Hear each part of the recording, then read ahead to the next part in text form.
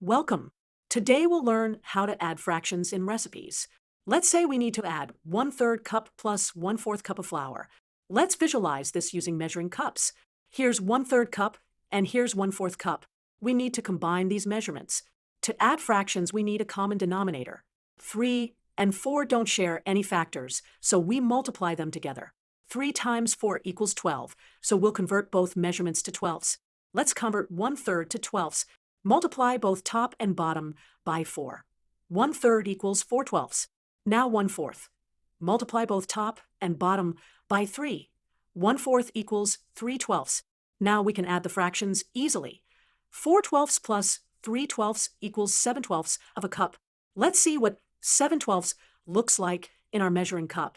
This is how much flour you'll need total. And that's how you add 1/3 cup plus 1/4 cup to get 7/12 cup. Remember, when adding fractions in recipes, always find a common denominator first.